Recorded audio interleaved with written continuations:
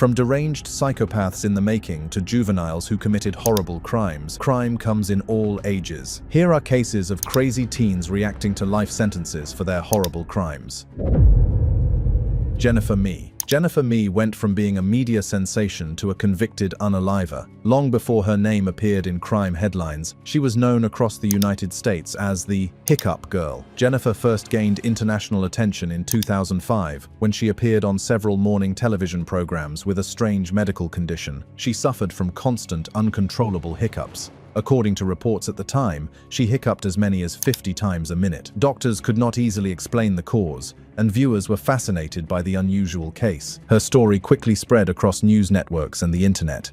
Jennifer appeared on multiple talk shows where audiences watched her struggle through interviews while hiccuping non-stop. The condition turned her into a viral story, and for a time, she became a minor celebrity. News outlets followed her search for a cure, while medical professionals tried to understand what was happening. Because of this unusual condition, Jennifer became widely known as the Hiccup Girl. However, the attention did not last forever. By 2007, her hiccups had suddenly stopped. Once the condition disappeared, the media attention faded as well. According to her parents, Jennifer began having serious behavioral problems during this time. They claimed she started acting out and getting involved in situations that worried them. Eventually, Jennifer ran away from home. She ended up living in St. Petersburg, Florida, with a man named Lamont Newton. Newton had a criminal background, and Jennifer soon became involved in a robbery scheme with him and another accomplice. Their plan was relatively simple. Jennifer would use the internet to meet men and convince them to come meet her at a vacant house. Once the victim arrived, Newton and the other accomplice would appear and rob him. After taking whatever money or valuables the victim had, the group would flee. In October of 2010, the plan was put into action. Jennifer contacted a 22-year-old man named Shannon Griffin online and arranged to meet him at an empty house in St. Petersburg. Griffin believed he was meeting Jennifer for a date. When he arrived at the property, Jennifer led him toward the back of the home. Waiting, there were Lamont Newton and the other accomplice. They were armed with a .38 caliber handgun. During the confrontation, Newton shot Shannon Griffin, unaliving him. The three suspects fled the scene, but investigators quickly identified and arrested them. Jennifer's defense team later argued that she believed Griffin was only going to be robbed and that she never expected anyone to be unalived. According to her lawyers, Jennifer had no idea that the situation would turn fatal. Prosecutors strongly disagreed. They argued that Jennifer had knowingly helped plan and carry out the robbery that led to Griffin's passing.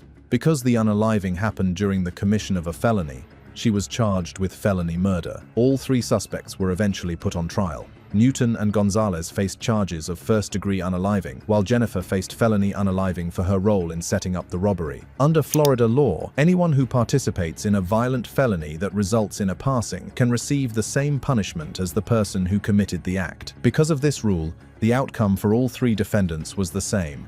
All three were sentenced to life in prison without the possibility of parole. Jennifer's lawyers later attempted to appeal the sentence several times. They argued that she suffered from severe mental health problems, including schizophrenia, and that her troubled upbringing contributed to the choices she made. However, prosecutors pointed to a key piece of evidence during the case. In a recorded phone call from jail, Jennifer spoke with her mother and admitted that she knew the robbery was going to happen. She said she understood what was about to take place, but claimed she did not expect things to spiral out of control the way they did. For the court, that admission was significant. Despite multiple appeals, Jennifer's conviction and life sentence were upheld, bringing a tragic end to the story of the girl once known around the world as the Hiccup Girl.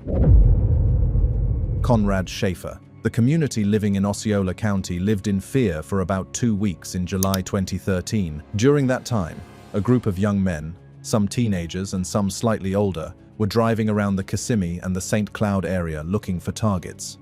Investigators later said the group was responsible for a wave of random shootings that left residents terrified to leave their homes at night. What made the crimes especially disturbing was the motive.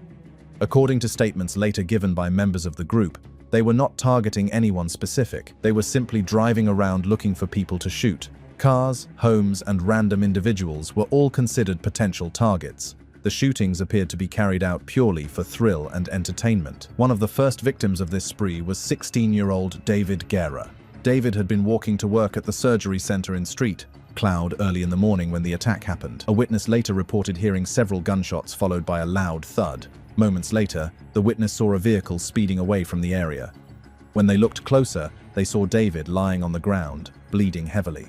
Despite emergency responders arriving quickly, David did not survive the shooting. Friends and family described him as a hard-working teenager who had been focused on building a future for himself. Just days later, 22-year-old Eric Rupnerine was at home when several members of the group forced their way into his residence. According to police reports, the suspects demanded money and valuables from him. The robbery quickly escalated when they realized Eric did not have the amount of money they were expecting. Instead of leaving, the attackers turned violent. Eric was shot inside his own home. Investigators later revealed that the violence did not end with the gunshot. One of the attackers stabbed him in the neck, even after he had already been fatally wounded, and that was 15-year-old Conrad Schaefer. Conrad had been involved in multiple shootings during the spree. Authorities would later say the group had participated in nearly 24 shootings across Osceola County during that short period. When investigators asked Conrad why he would commit such violent acts, he admitted that the group just wanted to have fun. While he was the youngest of the group, everyone else was within the 17 to 22-year age bracket. One of the four was admitted to a lesser sentence of 10 years in exchange for testifying against the others. Two of the other accused received life sentences, and then it all came down to Conrad. His case did not begin until 2015 when he was 17 years old. At his preliminary hearing, Conrad's mother and pastor pleaded with the judge for leniency, claiming that he had changed during his incarceration and was remorseful for what he had done. However, Eric's father claimed that no amount of remorse could ever bring back his son. He stated that Eric was there for him whenever he needed it, and that by unaliving his son, the criminals had taken his life away, too. The community rallied against the two men who had been shot and argued that Conrad knew what he was doing was a violent, criminal act. The prosecution also pointed out that Conrad admitted he'd unalived two men just because he wanted to. They also pointed out that Conrad had stabbed Eric in the neck after he was shot, pointing out his brutality. Lothar Schaefer, Conrad's father, was also sentenced to 4 months in prison and a 2-year probation term. The court alleged that he had supplied Conrad with the unaliving weapon. Lothar's counsel claimed that he had bought the weapon for his own protection and that his son had stolen it. In any case, Lothar also asked for leniency for his son, arguing that he was roped into the wrong crowd at a very young age and did not understand the extent of his crime. The judge heard both sides and reached a verdict: guilty. Conrad is currently serving out 2 life terms, 1 each for the unaliving. Daniel Bartlett, the small town of Hartford, Wisconsin, was shocked. 19-year-old Jessie Blodgett was found unalived in her bed. Jessie was a sophomore at the University of Wisconsin-Milwaukee, where she was studying theater. On July 14, 2013, Jessie came home later from a cast party after a performance of Fiddler on the Roof, where she was playing the fiddler. Jessie came home at around midnight, and by 1 in the afternoon the next day, her mother found her unalived in her bed. Investigators conducted an autopsy, which revealed that Jessie had been strangled in her own bed sometime after midnight. Investigators also gained access to her cell phone and social media profile, which revealed she had posted about He Play, a couple of pictures, and overall conversed with friends before her passing. One of those friends was 19-year-old Daniel Bartlett. He was as close to Jessie as anyone. The two even dated back in high school. According to Jessie's father, Daniel was always welcome at their home. They loved and trusted him as their own. Daniel was also one of the first of Jessie's friends to come over and help the grieving family. He even held memorials for his lost friend. Daniel played the role of a grieving friend as perfectly as anyone could have, but investigators had their doubts about him. Just a few weeks before Jessie's unaliving, Daniel was charged with 4 felonies after he had attacked a jogger with a knife. He stalked the woman for a short while before attacking her, but the woman managed to wrestle the weapon away. Daniel was arrested a short while later and pleaded guilty to the charges. Besides this apparent psychotic break, Daniel was well regarded by his friends and family. He was a straight-A student on the honor roll with his whole life ahead of him, unlike Jessie. Investigators called Daniel in for questioning, and it was there that he slipped up.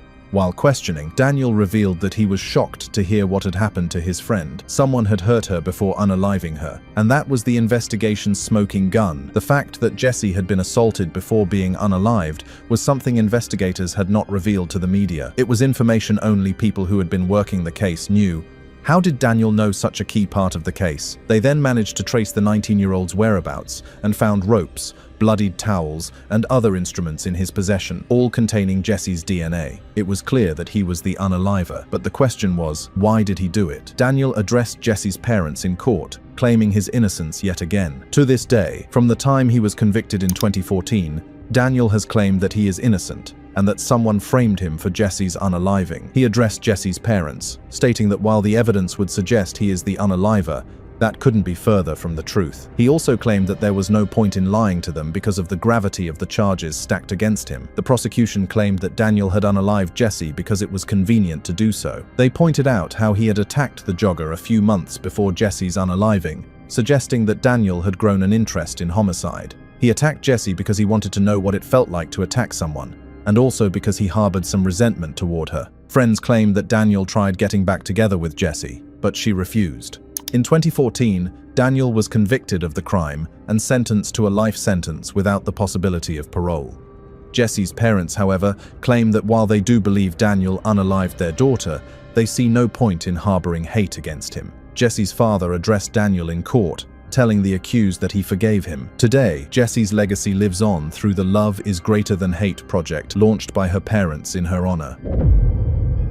Thomas Michael Lane. On the morning of February 27, 2012, students at Chardon High School in Ohio were gathering before classes began. It was supposed to be a normal school day, but that morning would quickly turn into one of the most shocking school shootings in Ohio's history. The person responsible was Thomas Michael Lane, a 17-year-old student who had previously attended Chardon High School. At the time of the attack, Thomas was enrolled at an alternative school called Lake Academy, but he still rode the same bus as several students who attended Chardon. Shortly after 7:30 in the morning, Thomas walked into the school carrying a handgun. Students later said that Thomas quietly approached a group of teenagers sitting together in the cafeteria area.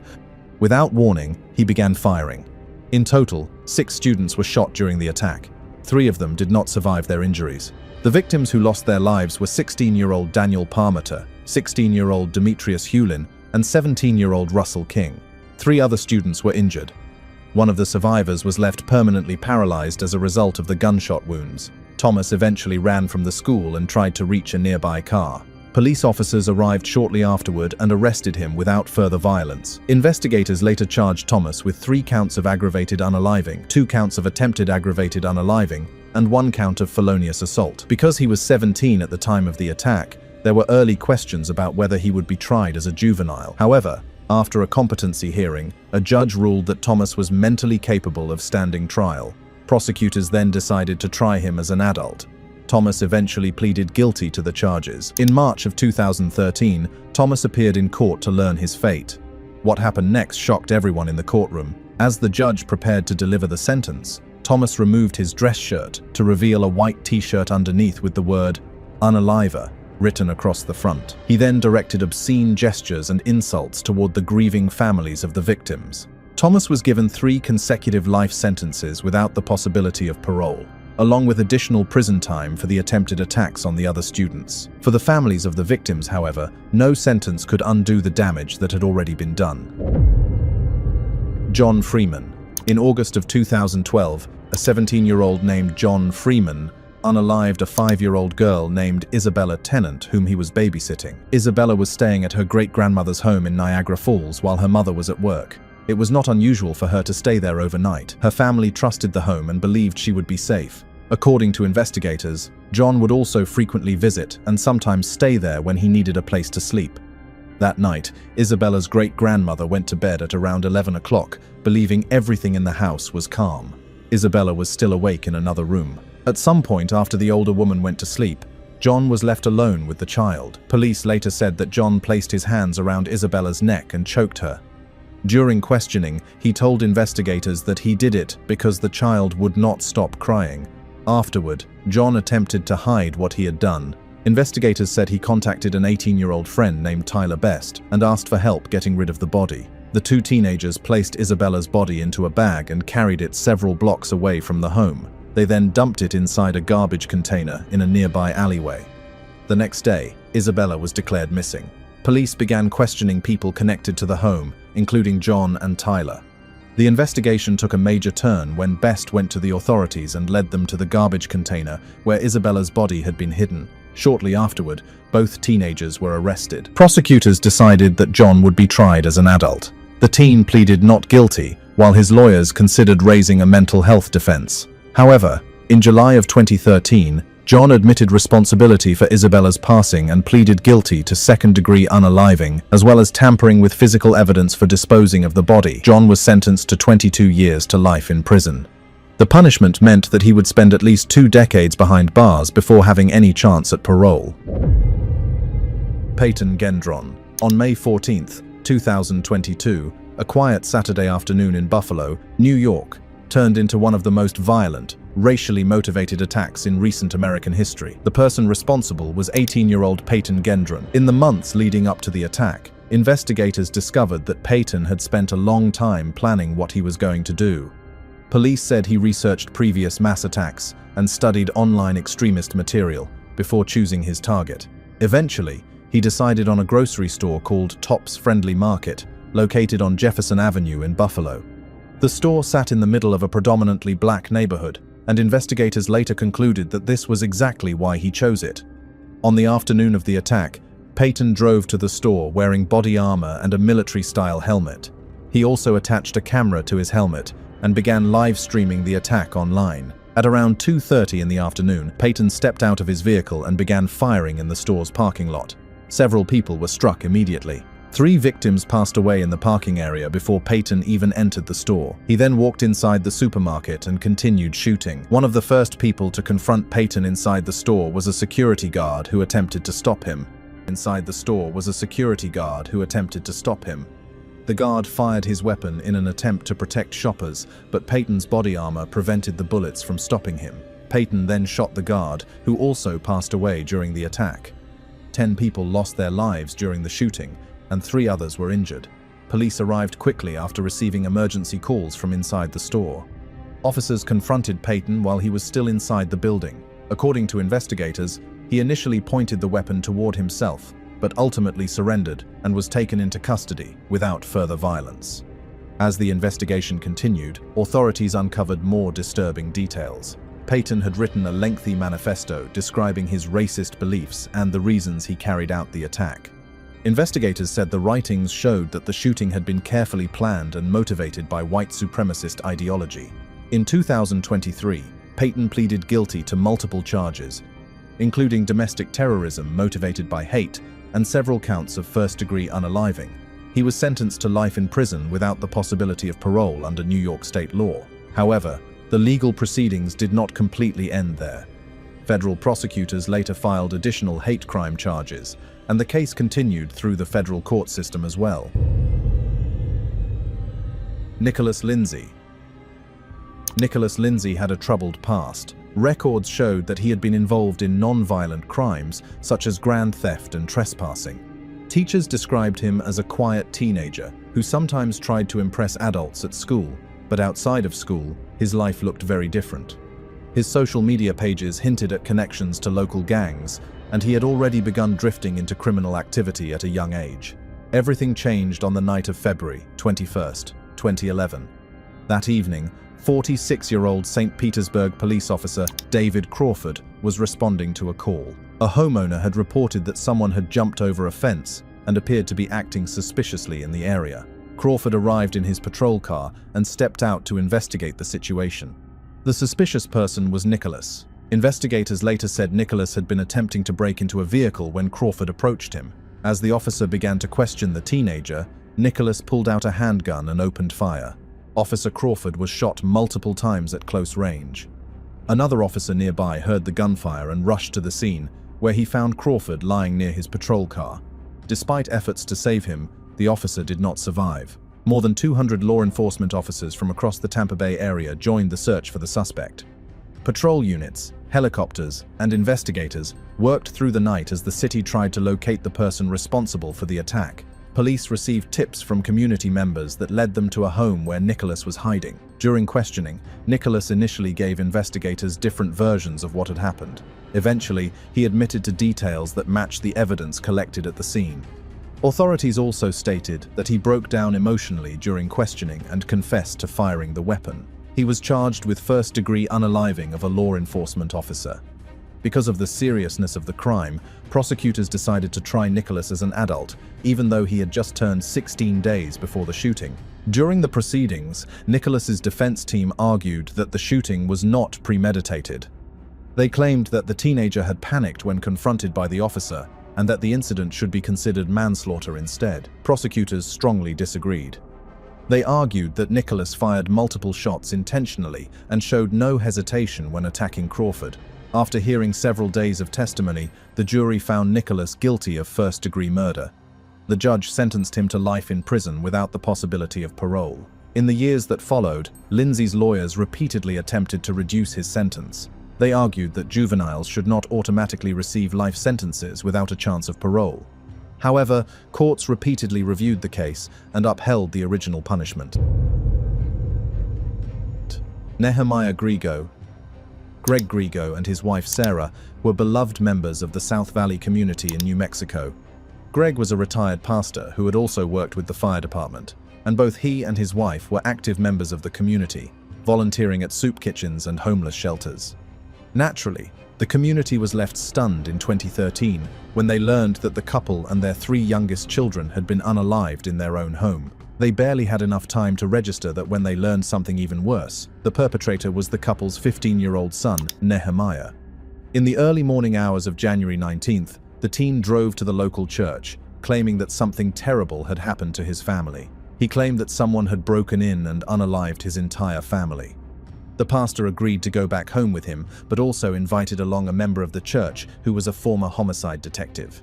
On their way back, the detective noted that Nehemiah was awfully calm for someone who had just lost his entire family and dialed 911. By the time they arrived at the home, so did the police.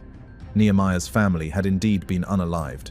His mother was shot in the head in her bedroom, his younger brother was shot in the hallway, and his 2 youngest sisters were shot in their bedroom.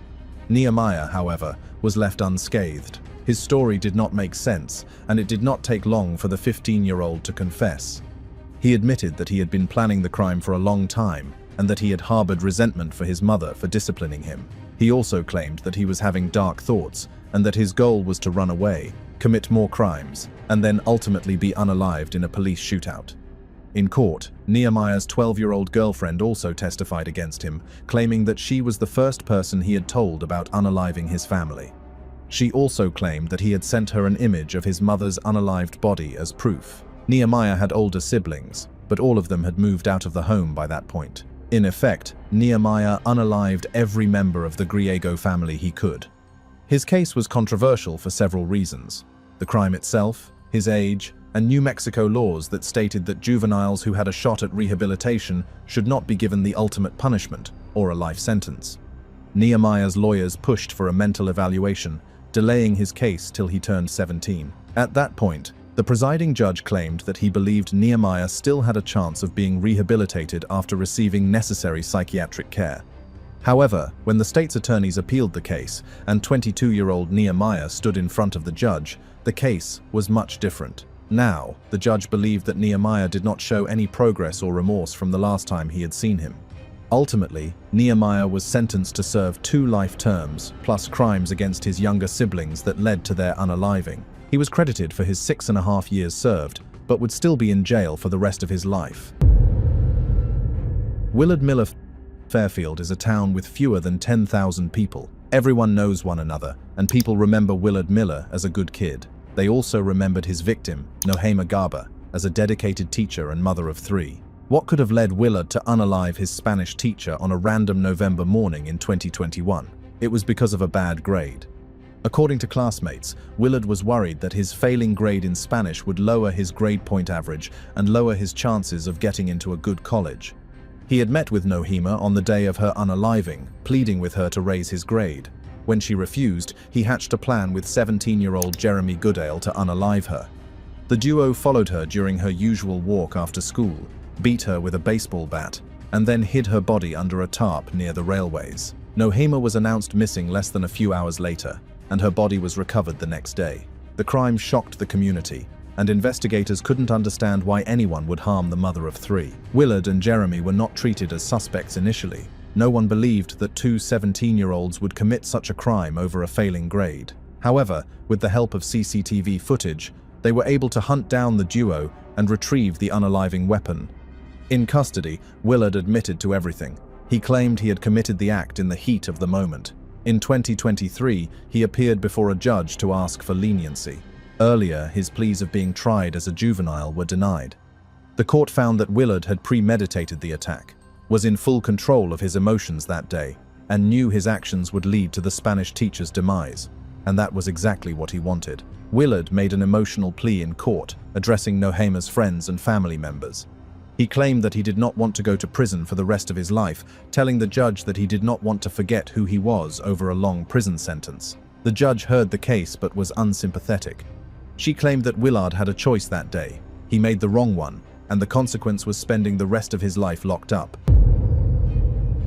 Dexter Johnson, August 15, 2019, was supposed to be Dexter Johnson's day of reckoning. More than a decade earlier, he had been sentenced to capital punishment for a brutal double unaliving that shocked the Houston area. But the events that led to that sentence began 13 years earlier, during the summer of 2006. At the time, Dexter Johnson was just 18 years old. According to investigators, he had been moving around Houston with 4 friends: Ashley Irvin, Louis Irvin, Keithron Fields, and Timothy Randall. The group spent weeks committing robberies and carjackings across the area. They drove around late at night looking for people they could target, often threatening victims with weapons and stealing whatever they could.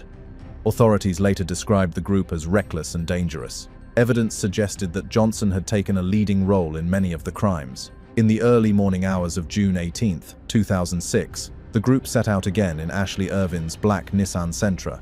They were looking for someone to rob. Eventually, they came across Maria Aparez and her boyfriend, Huayne Go. The couple was sitting inside Maria's blue Toyota Matrix, parked near Ngo's home. Johnson approached the car carrying a shotgun. Standing outside the driver's door, he threatened to shoot Maria through the window if she did not open it. When she complied, she was forced into the back seat of her own vehicle, while Ngo was pushed in beside her. Johnson got behind the wheel and drove the car away, while 2 of his accomplices followed behind them in the Sentra. For some time, the group drove around, demanding money and valuables from the terrified couple. Eventually, the 2 vehicles stopped near a wooded area. Ngo was forced out of the vehicle, while one of the accomplices held a gun to his head. Inside the car, Johnson harmed Maria. Afterward, the couple was marched into the woods and shot in the head at close range. The group then drove away in Maria's Toyota Matrix. Along the way, they used her credit card to buy gasoline and other items, including purchases at nearby stores. 2 days after the murders, police responded to a call about suspicious vehicles parked at an apartment complex in Humble, Texas. Officers discovered 3 vehicles in the parking lot that had been reported stolen, including Maria's Toyota Matrix. Not long after, police returned to the apartment connected to the vehicles. When officers arrived, they noticed the smell of marijuana coming from inside. During their search of the apartment, they found illegal substances and weapons. Johnson was arrested immediately. When detectives realized that Johnson was already in custody and connected to Maria's stolen vehicle, they began questioning him about the case. At first, Johnson denied knowing anything about the missing couple, but as the investigation progressed and his accomplices were arrested, the story began to unravel. One of the suspects eventually led detectives to the wooded area where the bodies of Maria Aparez and Huayne Ngo were found. In June of 2007, Johnson was convicted of capital unaliving. His case would later move through years of appeals, and his lawyers argued that Johnson was not the one who fired the fatal shot. They claimed that he was the only one among the 4 to receive the harshest punishments, while he had not been the one who contributed to either passing. Eventually, in 2019, Dexter managed to get a stay on his execution. He claimed that his previous, long-standing lawyer had a conflict of interest in the case and had not represented him properly. His new lawyer argued for a stay on his execution, claiming that they needed adequate time to review the case before moving forward. The only way Johnson would be able to escape the penalty now is if his lawyer somehow proves that he was mentally incompetent at the time of the crime. This has been a controversial case from start to finish. Maria and Huay's families claim that Johnson tested highly in previous IQ tests, but as the date of his execution approached, he started scoring around 70. Under state law, a criminal who is found to be mentally incompetent cannot be executed. Dexter Johnson's fate is uncertain.